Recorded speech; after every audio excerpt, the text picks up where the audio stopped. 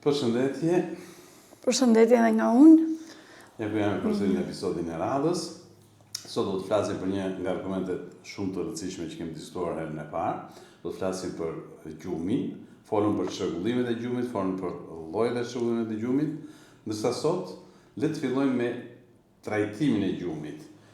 Pra, një cilësi e mirë e gjumit ndikon në jetën tonë të përditshme në të gjitha fushat. Kështu që sot doktoresh do të flasim për kur trajtohet në radhë të parë gjumi.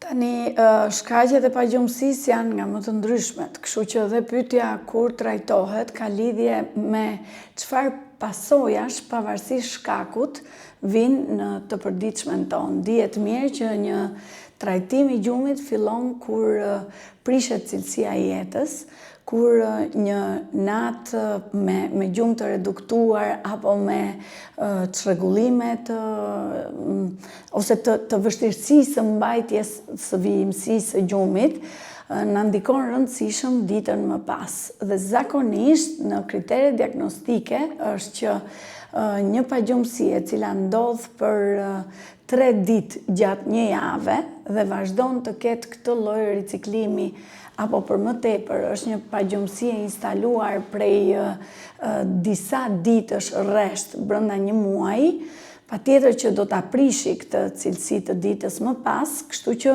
atëherë fillon dhe kërkimi i ndihmës për të trajtuar edhe pagjumësinë, sepse në fakt pagjumësia nuk është një sëmundje më vete. Është edhe një problematik që haset si e izoluar, por zakonisht është pjesë e një shqetësimi që mund të jetë fizik, mund të jetë edhe në kuadrin e problematikave psikiatrike. Burimi kryesor që shkakton. Pikërisht në këtë të dytën jemi ne mjekët psikiatër që duke u përpjekur të gjejmë gjatë një interviste cilat janë shkaqet që kanë çuar në këtë pagjumësi, sepse zakonisht pagjumësia është një nga pasojat e problemeve të lidhura me shëndetin mendor. Kërkojmë pikërisht këtë burim për ta kapur po nga burimi problemin edhe të pagjumësisë. Për shembull, siç e përmenda, mund të jetë pagjumësia edhe në terren të sëmundjeve fizike. Për shembull, mund të kemi një problem me veshkat që na çon shumë herë natën të detyruar të shkojmë në tualet shumë shpesh dhe kështu të na prishet gjumi. Po kështu është një nënë e re, për shembull, që duhet të ushqejë fëmijën me gji dhe që kjo i ka... Por këto nuk janë... Këto janë... gjumit i që si e bën gjumin e tham njëra të barsaletën e gjumit. O, unë flës shumit si një fëmijë i vogël, si çdo 2 orë zgjohem Dhe pra, po ta marrim shkaqet janë nga më të ndryshmet, siç mund të jetë një azëm bronkiale, për shembull, që vërtet është ajo vështirësia në frymarrje që këtë pacient e zgjon shumë shpesh. Pra, gjithmonë çrregullimi i gjumit do të shikohet nën kontekstin e kujt patologjie mund të jetë i vendosur. A mund të specifikojmë dhe një gjë, që me gjumin po merret çfarëdo lloj personi që nuk është mjek, që nuk është psikiatër, që nuk është mjek familje, që nuk ka eksperiencë. Thjesht për qëllime përfitimi ose nuk duhet hyrë në meritën e tyre, por fakti që thonë mos shko tek këtyja, mos merr më ilaçe, pikë të bardhë dhe kanë bërë çdo gjë, të sqarojmë që këto probleme që sapo thatë janë baza fiziologjike ose patologjike, fizike ose psikologjike e çrregullimeve të gjumit. Që vlerësohet gjithmonë nga një mjek që ka një formim të përgjithshëm dhe pastaj ka dhe formimin e tij në specialitet. Kështu që është gjithmonë e rëndësishme ajo që sapo the, sepse duke dhënë vetëm gjumësjellës, e para që mund të kesh mbuluar një klinik pas së cilës kërkohet një mjekim shumë më specifik. E dyta është ajo që mund të kënaqesh me një rezultat shumë sipërfaqësor i cili bie shumë shpejt. Dhe e treta është që janë pikërisht gjumësjellësit klasa që krijojnë më tepër varësi nga të gjitha medikamentet e tjera. Që patjetër duhet se zbën takimi me një specialist. Çfarë ne në specialitetin ton hasim më tepër probleme të gjumit, janë ajo çka ne e kemi thënë gjithmonë, patologjia më ankuar sot për sot janë çrregullimet e ankthit. Dhe tek çrregullimet e ankthit rrallëherë mungojnë problemet e gjumit si pjesë e të tërës. Pra, mund të fillojë personi të ankojë pagjumësinë të parën, por nëse ne gjatë intervistës zbulojmë që kjo pagjumësi është pikërisht pjesë e këtij çrregullimi të ankthit, ne do fokusohemi të gjejmë llojin e çrregullimit të ankthit për ta kapur demin nga brirët, si më thënë. Dhe sigurisht në pjesën ku ai fokusohet te pagjumësia, ne do ta konsiderojmë si problematikë kryesore, por gjithmonë duke vlerësuar atë lloj çrregullimi që ka pararendur dhe përpasoj ka sjell edhe pagjumësinë. Ndonjëherë është dhe kundërta. Fillojnë shqetësimet me pagjumësinë dhe presin kohën që këto shqetësime të plotësohen pastaj me kohën dhe të nxjerrin kokën, si më thënë. Kështu që ne gjithmonë jemi shumë të kujdesshëm pikërisht në këtë pikë, për të gjetur çfarë fshihet prapa një pagjumësie. Dua të kujtoj edhe një herë që patjetër jemi ne të parët që duhet të bëjmë higjienën e gjumit. Pra, të mos shkojmë dhe të ankojmë me vrap për një pagjumësi, që mund mos jetë lidhur domosdoshmërisht me probleme të shëndetit mendor apo fizik, sepse diku është prishur nga regjimi ynë i ditës. Pra, ne mund të konsumojmë substanca, për shembull, ose të konsumojmë shumë alkool me idenë që do flem dhe kjo gjëja na prish ciklin e gjumit, apo kemi një dhomë e cila është e pa aerosur mirë, apo e pa me perde të lehta, domethënë të dukshme që hynë drita shumë shpejt, etj. Pra, e gjitha kjo duhet startuar nga higjiena fillimisht dhe pastaj në qoftë se ne kemi zbatuar këtë higjienë të gjumit dhe gjumi vazhdon të jetë rebel ose pagjumësia persiston, atëherë duhet patjetër të shkohet tek specialisti. Siç po thoja më përpara, problemi më i madh i lidhur me pagjumësinë është çrregullimi i ankthit, që e ka pjesë të vetën çrregullimin e gjumit dhe patjetër që duke vlerësuar gjithë shqetësimet në tërësi, edhe problemi i gjumit është pjesë që nuk duhet më njanuar.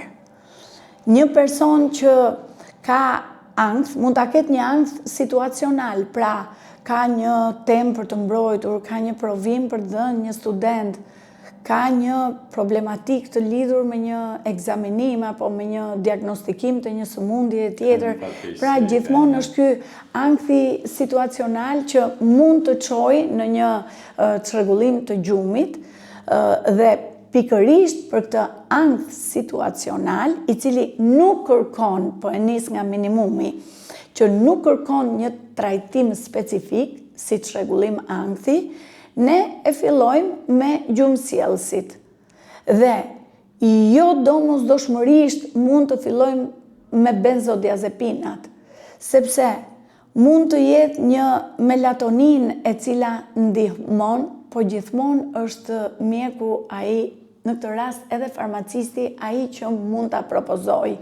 Dhe melatonina është hormoni i gjumit. Dhe ky na ndihmon në ne që duke e stimuluar me marrjen e një doze që variojnë dhe zgjidhet po nga mjeku ose farmacisti, mund të na ndihmojë sidomos kur ka kështu gjendje shkalimtare apo ndryshime të orëve të gjumit, siç për shembull ata që jetojnë në Amerikë dhe vinë dhe kanë ndryshime jet lag-un.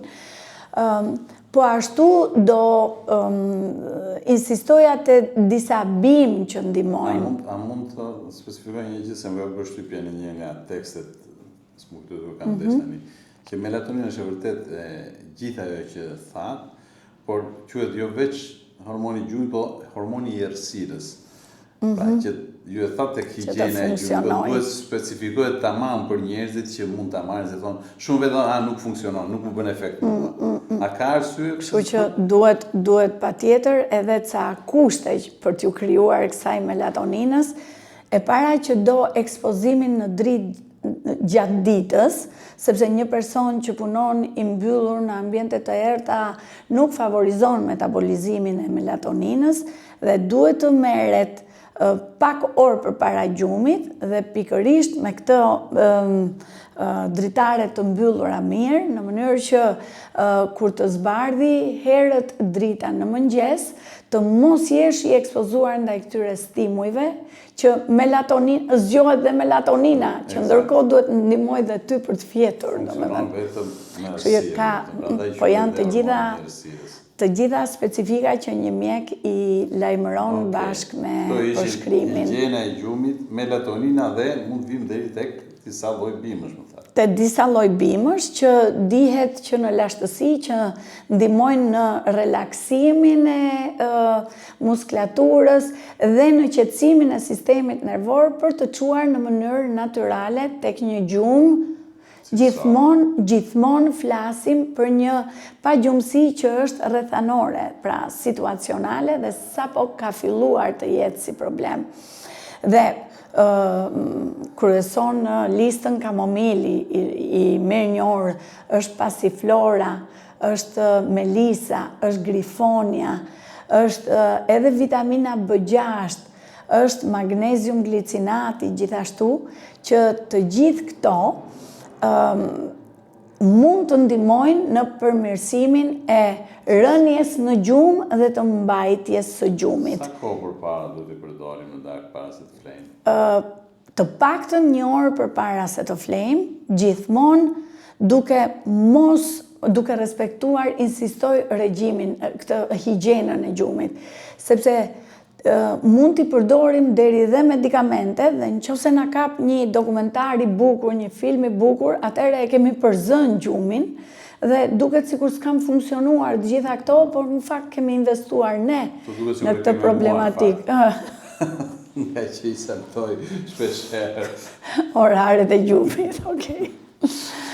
Një tjetër gjë. Nuk e prish orarin, erdhi ora e gjumit. Se ja di të gjitha sekretet kësaj gjëje që s'janë më sekrete. Domethënë po është një zakon i mirë që secili nga ne duhet ta bëj. Për të shkuar pastaj tek benzodiazepinat, që janë klasa që ndihmon në rënien në gjumë. Ne në fakt shumë rrallë i përdorim këto si të vetme, benzodiazepinat, sepse shumë rrallë pagjumësia është një problem i vetëm. Zakonisht është i shoqëruar dhe këtu është arti i mjekut që duhet të gjej në terren të kujt është pagjumësia. Ato i japim ne në urgjencë. Juve po, se na vjen në momentin kulmor të çdo gjëje, kështu që jemi si mund thuash, terapia e parë që përdorim për të hequr anktin, për të hequr shqetësimin, stresin. Dihet që një pagjumësi shoqërohet edhe me gjendje të momentit të terrorit, domethënë që nuk do flet dot dhe padyshim që çon dhe në ankth. Megjithatë janë ndërhyrje e linjës së parë në momentin kur kjo pagjumësi vërtet është bërë problematike. Benzodiazepinat gjithmonë dhe vetëm me përshkrimin e mjekut dhe me rekomandimet, sidomos për afatet kohore që përshkruhen dhe me kujdesim për të mos e egzageruar në dozë dhe në kohë, sepse krijon varësinë. Në qoftë se nuk zgjidhet problemi? Atëherë nuk zgjidhet problemi i gjumit sepse mund të jesh anashkaluar pa dashje pikërisht prapaskena Ose çfarë ka pararendur këtë pagjumësi, po pagjumësia është qetësimi kryesor tashmë. Nuk do t'i japim terapinë sa miligram, sepse sigurisht që për vizita duhet që pacienti të konsultohet me një specialist të mirëfill. Por si klasës që përmendëm veç benzodiazepina, pastaj mund të kalojmë dhe në gërshetim terapie? Patjetër, bile ka edhe antidepresiv dhe antipsikotik, të cilët ne I japim edhe vetëm për të përfituar efektin gjumësjellës që është në terren të një çrregullimi humori apo të një çrregullimi të mendimit. Dhe shumë shpesh vjen pyetja, po pse ma dhe këtë medikament, unë nuk jam depres, ti vetë më thej që s'jam depres, ose unë nuk jam psikotik. Vjen pikërisht sepse duke hulumtuar në strukturën e personalitetit atij pacienti, ne gjejmë element që kanë ndikuar tek pagjumësia e tij për të zhvilluar qoftë një problem të lidhur me humorin, qoftë ndonjë problem të lidhur me mendimin. Po ju Stelini të bësh as pyetjen, se jemi pyetje më një herë vetë. Që na një pyetje duhet ta bëj edhe. Po bëje, patjetër. Medikamentet, ajo që do të thojë duke përjashtuar shakan, është e vërtetë që njerëzit shikojnë titullin apo llojin e medikamentit dhe më njëherë venduar të para duke thënë që unë s'jam as depres, as psikotik, por si që dim, si në të gjitha fushat, edhe këtu, një medikament nuk ka vetëm një efekt, nuk përdoret vetëm për një terapi. Ka terapin kryesore, por ka dhe bashkim medikamentesh të cilët përforcojnë në sinergji me një tjetër efektin e asaj që ne duhem të marrim në dozat caktuara.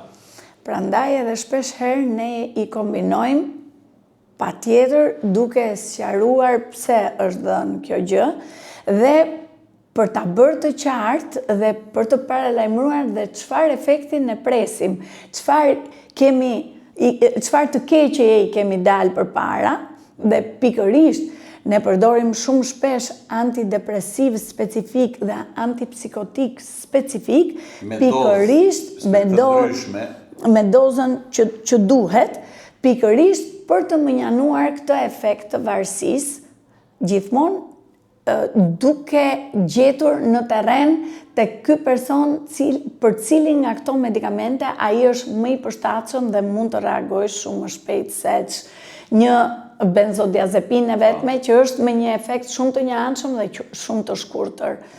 Kështu që kjo është e gjitha çfarë ne specialistët bëjmë kujdes përpara, siç thot latini, të mos dëmtojmë dhe pastaj të ndihmojmë. Dhe më shumë se kudo, kjo është pikërisht në problemet e lidhura me gjumin, që janë vërtet shumë stresuese për individin. Aq stresuese janë sa ndonjëherë kanë dhe përfshirje psikologjike. Dhe personi thotë e tmerrshme, kam 4 ditë që nuk fle dhe unë e di që nuk do fle dhe sot. Dhe vërtet nuk fle, dhe për këtë ka një tjetër, se ka dhe ndërhyrje me psikoterapi, që quhet terapia kognitivo-behaviorale, e cila punton pikërisht këtu, që nëpërmjet njohjes të kesh një sjellje tjetër ndaj problemit, dhe dikush mund të thotë, çfarë ndihmon psikoterapia, ke një pagjumësi. Po, edhe psikoterapia është një ndërhyrje që ka efektivitetin e vet në raste specifike gjithmonë. Pra, këto janë pak a shumë kur trajtohet, si fillohet hapa e para, gjithmonë në vija të përgjithshme, kur fillon melatonina dhe kur mund shkohet drejt medikamenteve dhe kryqëzimi ose bashkërëndimi I një ose më shumë medikamente qoftë dhe klasa ndryshme për trajtimin e gjumit. Kështu që nuk është aq e thjeshtë sa të japësh një bar, një lloj barishte e them zakonisht, me qëllim fitimi ose me qëllim një gjë doja të specifikoja. Do të fillojmë ne të parët, të vëmë diplomat tona të parë që të shkojnë njerëzit dhe në qoftë se kushdo qoftë televizion, media dhe nxjerr një profesionist të kërkoj diplomën, nëse është apo jo mjek në radhë parë, për të folur për shëndetin I të gjitha fushave, jo vetëm për gjumin, jo vetëm për psikiatrinë, jo vetëm për urgjencët, por për të gjitha, sepse siç e kemi parë, Ka persona që janë fare të zanatit, të ashtu quajtur mjek popullor, të ashtu quajtur në forma të ndryshme që japin leksione për çfarë do lloj gjeje pa pasur një diplomë. Ju lutem, kërkoni diplomën ta vënë në faqet e tyre. Se në fundit është një jetë që kërkon ndihmë dhe duhet përmirësuar cilësia e jetës të individi. Dhe duhet të paktën një moral brenda profesionit. Nëse nuk ka një dakord, kompetencat njeriu i merr me eksperiencat gjatë kohës, por ama që të shitet dia dhe të tjerët ta përthithin si të mirëqen, ndërkohë që nuk ka fare profesionist, ky është një problem i madh gjithsesi. Është problem shumë i madh, por problemi më i madh është që sot dalin këto dhe thonë që mos dëgjoni mjekësinë. Është një gjë tjetër. Okej, besoj për sot. E mbyllëm me këto inatet tona të vogla, që janë më tepër për të vënë pikat mbi i, domethënë dhe për të mos disorientuar çfarë kërkimi ndihmës kërkon mjekët specialistë. Shihemi në episodin e radhës. Mirupafshim. Mirupafshim.